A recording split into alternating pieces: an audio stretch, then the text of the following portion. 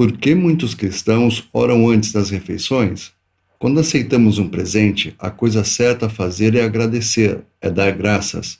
O cristão reconhece Deus como doador de sua comida e, portanto, agradece a Ele. Isto, na verdade, está em harmonia com as Escrituras. Carnes, frutas e legumes são criadas para serem recebidas com ação de graças por aqueles que creem e conhecem a verdade. 1 Timóteo 4, versículo 3. O homem comum considera sua comida como produto de uma máquina ou instituição que ele chama de natureza, mas o cristão vai além disso e reconhece o Criador de todo o sistema da natureza. Além disso, ele não apenas acredita que existe tal Criador, mas o conhece. Está realmente em comunhão com ele pela palavra e pela oração. 1 Timóteo 4, versículo 5. A versão de Darby deste versículo diz: pela palavra de Deus e livremente endereçada a ele. E sua nota sobre essa tradução é esclarecedora sobre todo o assunto. Ele diz: acredito ser o sentido aqui. Enteux significa comunicação com uma pessoa. Depois, petições e intercessão, uma pessoa falando pessoalmente com outra. Creio que a criatura caída em Adão pertence aos crentes, e aqueles que conhecem a verdade pelo falar de Deus para nós e livremente falando a Ele. Isso colocou tudo em um novo patamar, porque encontramos Deus novamente. A palavra de Deus nos colocou em comunicação pela graça, e os crentes e aqueles que conhecem a verdade aproveitam-se dela e se achegam e entram em comunicação, não é mais pela natureza, mas pela palavra de Deus. As Escrituras dizem que porque toda criatura de Deus é boa, e não há nada que rejeitar, sendo recebido com ações de graças, porque, pela palavra de Deus e pela oração é santificada. 1 Timóteo 4, versículos 4 e 5. A ideia atual é que cada refeição precisa ser rezada antes que possa ser compartilhada adequadamente. Mas a verdade não é bem essa. Ela é santificada pelo fato da nova posição em que se encontra o cristão. Tudo é vosso, seja o mundo, seja a vida, seja a morte, seja o presente, seja o futuro, tudo é vosso. 1 Coríntios capítulo 3, versículo 22. De nossa parte, a ação indicada pelas Escrituras não é oração, mas ação de graças, o ato de agradecer. Se recebido com ação de graças, 1 Timóteo 4, versículo 4. A fim de usarem deles com ações de graças, 1 Timóteo 4, versículo 3. Assim, a mesa de refeição do cristão se torna um altar de louvor, o fruto dos nossos lábios dando graças ao seu nome. Quão diferente da fórmula morta que alguns ouvimos. Santifica-nos, te pedimos, ó Senhor, este alimento para nosso uso e nós para teu serviço por amor a Cristo. Amém. Nota do tradutor. Um costume religioso, provavelmente romanismo, como dai pão a quem tem fome e fome de justiça a quem tem pão. Uma vã repetição. Não encontramos aqui uma palavra de agradecimento ao doador de todo o bem por suas bênçãos espalhadas sobre a mesa diante de nós. E a oração que é feita está fora do lugar, sendo que Deus faria algo que ele já fez e pelo qual espera agradecimento ou louvor de corações que o conhecem.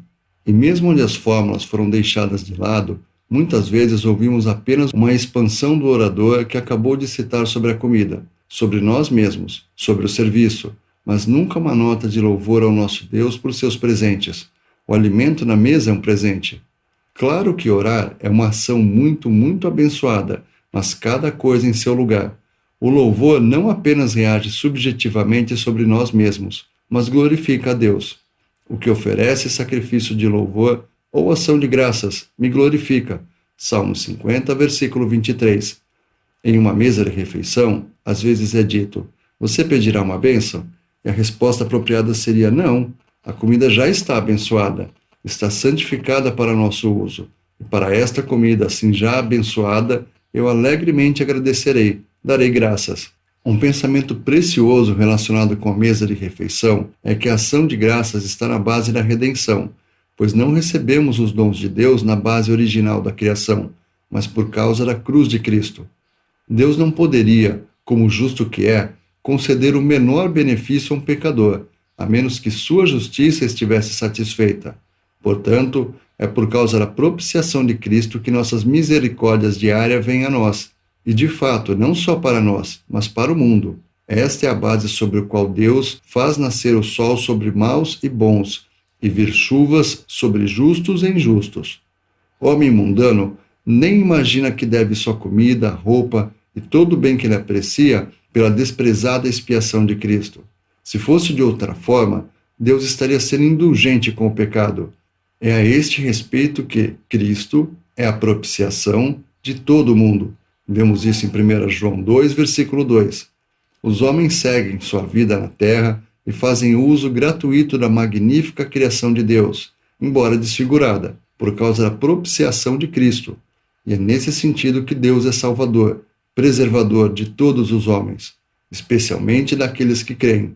1 Timóteo 4, versículo 10. Salvação temporal, não eterna, é o que este texto se refere. Se a oferta de ação de graças glorifica a Deus, devemos nos abster disso quando estivermos em público, digamos, em um restaurante ou em outro local público? Isso geralmente é uma prova para a carne. É ao mesmo tempo uma confissão aberta de Cristo, a qual o coração natural voluntariamente deixa de lado. Mas devemos recordar às nossas mentes as preciosas palavras do Senhor. Todo aquele que me confessar diante dos homens, também o Filho do Homem o confessará perante os anjos de Deus. Lucas 12, versículo 8. E novamente, honrarei aos que me honram. 1 Samuel 2, versículo 30. Paulo, a bordo do navio, tomou o pão e deu graças a Deus na presença de todos, as pessoas que estavam no navio.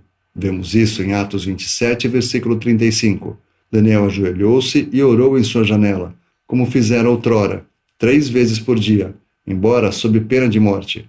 Assim, esta pequena questão de gratidão nas refeições pode nos dar uma prova de onde realmente estamos quanto ao poder de Deus em nossas almas. Irei brevemente ter convosco, se o Senhor quiser, disse Paulo, e conhecerei não as palavras dos que assim andam inchados, porém o poder, porque o reino de Deus consiste não em palavras, porém em poder.